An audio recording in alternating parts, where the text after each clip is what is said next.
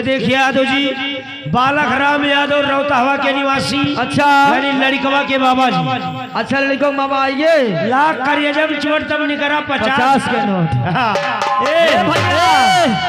लड़कों मामी सुझावत है आ लड़कों बाबा कुछ दे दी। लड़को बाबा हाँ हो दे देबो। ए सुना,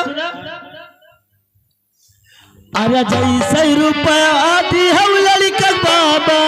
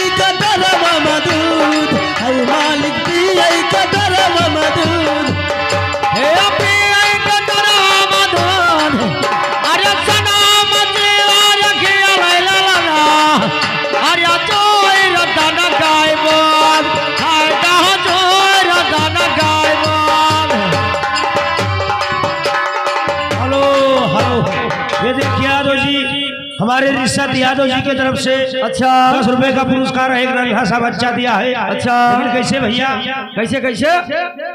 अरे मालिनी मोरा लाला, अरे मालिनी मोरा पुता, अरे काहे मालिना यार